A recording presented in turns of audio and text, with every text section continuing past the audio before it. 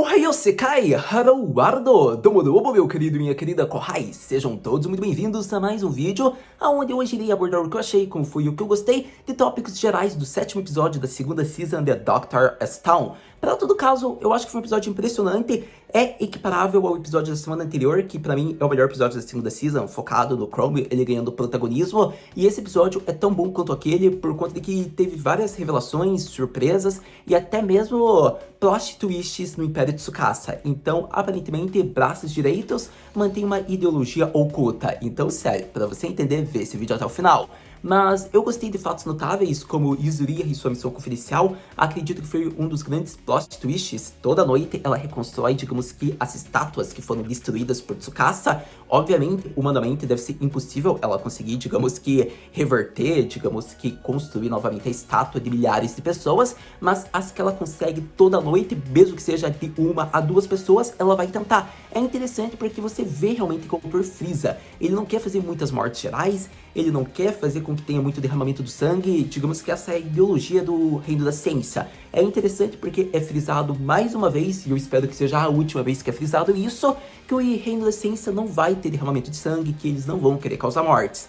Eles vêm trabalhando essa questão desde o início da primeira season, ou melhor dizendo, desde o início da segunda season, mas logo no primeiro episódio, a gente vê, seja pelo telefonema do Tide, a gente vê, seja pela Kohaku aflita, como ela vai lutar, digamos que uma situação de vida e morte. Então é interessante porque esses aspectos vêm centrados desde o início dessa temporada. E eu acho que o autor já quis frisar mais uma vez para deixar escancarado que o Senko não irá causar mortes nem derramamento de sangue. E é interessante porque cada vez mais que o autor frisa isso, mais eu penso que é impossível ele fazer o contrário disso. Porque senão vai se tornar um baita furo ao meu ver. Querendo ou não tem sentido, digamos que algo que era básico virar algo não tão básico para depois ele fazer o que a gente já esperava. Pelo menos é o que eu acho. Afinal, se ele frisou mais uma vez que o reino da ciência vai tentar de tudo para fazer com que não tenha sangue, eu acho que seria muito injusto ter depois, não é mesmo? Mas, para todo caso, acredito que no sentido de mortes banais, algo que seria comum, é o que ele quer dizer que não vai ocorrer, pelo menos na guerra dele. Pelo menos é assim que eu penso. Para todo caso, acho que é interessante, por mais que pareça forçado, o autor vem trabalhando isso desde o início, então não é algo que eu posso criticar como forçado, porque ele só vem deixando parte por parte para que a gente perceba. Não tem mortes, mas ele já vem trabalhando isso desde o início, apresentando em conversas triviais, como por exemplo no Reino da Ciência, entre Kohaku e Senko, no telefonema com Tide e Senko, e agora digamos que com uma condição que não pode haver mortes, com Ukyo se tornando o aliado dele. Então, acredito que tá bacana, de certa maneira. Vamos ver como a estrutura disso vai culminar no próximo episódio. Afinal, o final desse episódio foi Senko chegando no trunfo do Reino da Ciência e do Império de Tsukasa, a Caverna dos Milagres, algo que pode tomar o rumo desse mundo. Então, é interessante, é um ótimo episódio, e eu quero falar de algumas cenas, parte por parte, com mais detalhes.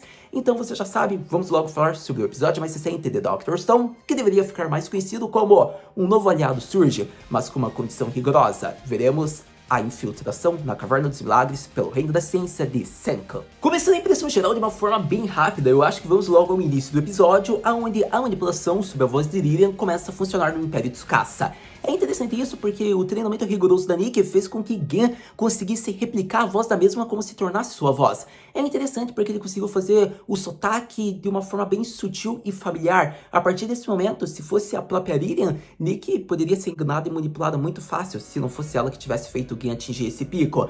É interessante esse momento porque a gente vê que assim o plano vai funcionando nas pessoas mais leigas do Império de Tsukasa e o plano vai dando certo. Mas é interessante, né? Porque o Ukyo chegando lá, ele percebe toda a situação, seja com a sua super audição, ou até mesmo podemos ser honestos e falar com coisas previsíveis, como por exemplo um telefonema embaixo de um túmulo. Eu acho que por esse tipo de cena era muito fácil de ver que seria obviamente um plano para tentar armar alguma coisa. Mas ok, é interessante porque eles ainda falam que é o Senko que está meio que conduzindo essa parte do Nippon em colaboração com a América. Pelo menos essa é a interpretação que podemos ter do episódio. Mas para todo caso fica mais compreensível certas coisas que pareceriam muito forçadas, como o telefonema estando ali, se eles tinham o apoio da América, mas é porque o Senko que está conduzindo aquela região. Eu acho que o plano de manipulação é para ter essa perspectiva. E a partir desse momento vemos que o Ukyo, ele nota na cara, ele consegue perceber isso. E acontece que ao invés de usar do Nihongo, ele usa do Eigo, porque ele queria conversar. A gente vê que o Ukyo já é um personagem que é muito misterioso desde o momento que ele salvou o Chrome,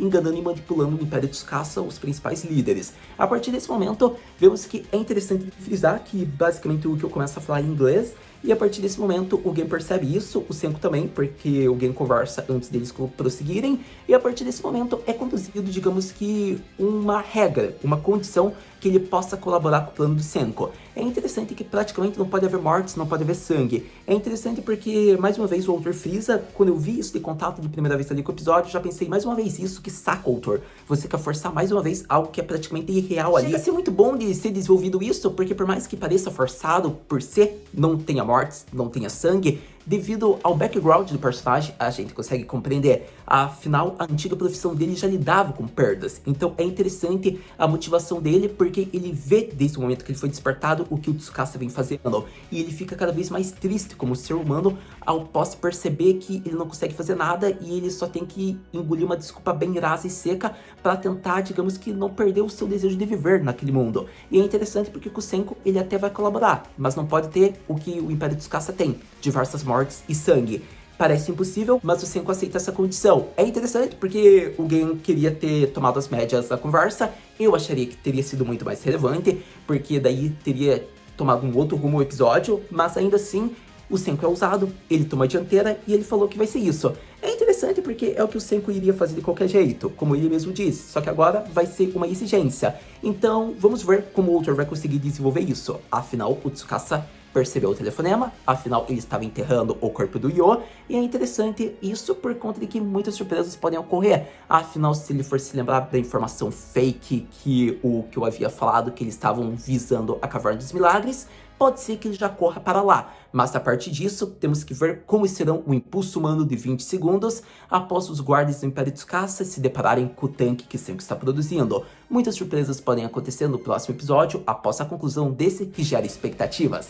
Sem dúvidas, um excelente episódio que mantém o padrão e qualidade do episódio anterior. Afinal, estamos no cúmulo da segunda season, então é bem comum que agora um episódio seja melhor que o anterior. Eu diria que, após todos os preparativos serem feitos, finalmente estamos no cúmulo do episódio. E é interessante isso por conta de que eu arranco elogios para o Tsukasa. Mais uma vez eu digo, ele é o antagonista de Dr. Stone como um dos melhores antagonistas dos animes. Ele pode ter suas atitudes de genocida, mas ele tem a mentalidade de um lunático. Afinal, ele tenta visar o bem maior, um mundo onde não haja sujeiras, manchas. Então, por mais que seja algo muito irreal, uma utopia, é interessante visar, digamos que o pensamento dele. Afinal, ele estava para enterrar o corpo de um companheiro e a partir de sua fala, a gente vê o nome de todos seus companheiros que já tiveram a vida perdida. A partir desse momento, a gente vê que o Hyuga, por mais que seja o braço direito, por mais que Tsukasa não considere isso, como já foi mostrado, ocorre que ele tem pensamentos e ideologias que diferem da Tsukasa. É interessante porque cada vez mais você já vai percebendo que o Hyuga, ele visa o que é necessário para ele de momento. É interessante esse tipo de pensamento dele, porque ele está visando o que vai lhe trazer benefícios até o momento. Afinal, ele deixou companheiros que fossem mortos, e vemos que a informação não foi totalmente correta para o Império Tsukasa, como o próprio Ukyo disse no episódio. Então o Hyuga tentou encobertar uma culpa que foi para Senko, sendo que não foi totalmente assim, acontecimentos da primeira season. E é interessante porque a gente vê que a ideologia dele já vai diferir da ideologia do Tsukasa, por exemplo.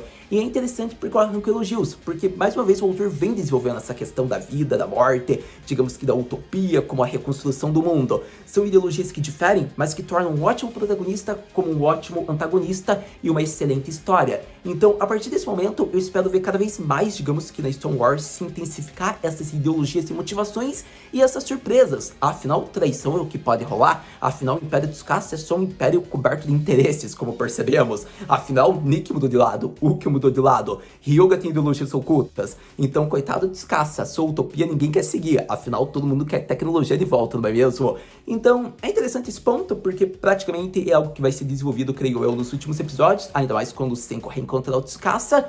Mas outro ponto 10 foi o ponto da Yuzuriha, ela tá reconstruindo as estátuas, foi o que fez o Ukyo ficar sentindo uma esperança na humanidade, ao meu ver. E a partir desse momento, o reencontro foi bem choncho de Taijo e Senko. Para ser mais honesto, ao meu ver, eu diria que foi muito melhor o telefonema deles, que foi o reencontro mais definitivo, do que esse reencontro pessoal. Praticamente só foi uma cena bem clichê, que o Senko se curva, vira de lado para não ser esmagado pelo Taijo, e a Yuzu-chan tá feliz em ver o seu amigo novamente. Então, ao meu ver, eu esperava algo mais emocionante, se o telefonema já foi emocionante. Então, eu acho que o autor talvez poderia ter feito algo melhor, ou a direção talvez ter feito uma pequena originalidade. Mas, ok. ok, ficou bom, eu acho que ficou muito o clima de Senku e Taiji de amigos. Mas, para todo caso, acredito que foi um ótimo episódio, eu curti bastante tudo que foi apresentado e praticamente tendo abordado quase tudo que eu desejava, vamos para a pergunta clássica. Haruhi-senpai, o que podemos esperar para o próximo episódio de Dr. Stone? Para o próximo episódio de Dr. Stone, eu espero uma expectativa grande em ver como vai ser a infiltração logo de cara no Império Tsukasa. Afinal, o mesmo já viu o telefonema, ele lembra provavelmente a informação do Ukyo. É quase que certo que ele vai correndo e vai mandar seus homens subordinados todos a Caverna dos Milagres. A partir desse momento, o Senku tem 20 segundos para ver o que ele pode executar. Afinal, ele pegará mais líquidos para despetrificar pessoas ou ele vai tentar tomar o controle total da Caverna dos Milagres, sendo que ele está numa minoria. É interessante, porque como vai ser esse confronto? Afinal, o Império Tsukasa não vai hesitar em machucar as pessoas, mas vemos que o Reino da Ciência também é muito efetivo em contra-atacar. Afinal, eles têm as armas da ciência, Kagaya no Buki. Então, é interessante. A gente não sabe como vai ser isso, porém, a gente sabe da genialidade de Senku, como da sua maneira de improvisação nos momentos mais críticos. Então vai ser interessante, vai ser um confronto muito árduo, mas eu estou cogitando acreditar que já teremos Senku versus Tsukasa no próximo episódio. Pode ser que isso ocorra, como pode ser que isso não ocorra, mas a gente vai ter que esperar para ter uma certeza. Mas você já sabe, lançando o próximo episódio, a gente veio aqui conversar. Muito obrigado por ter visto esse vídeo até agora. A gente se vê no próximo vídeo de Dr. Stone Mata Na.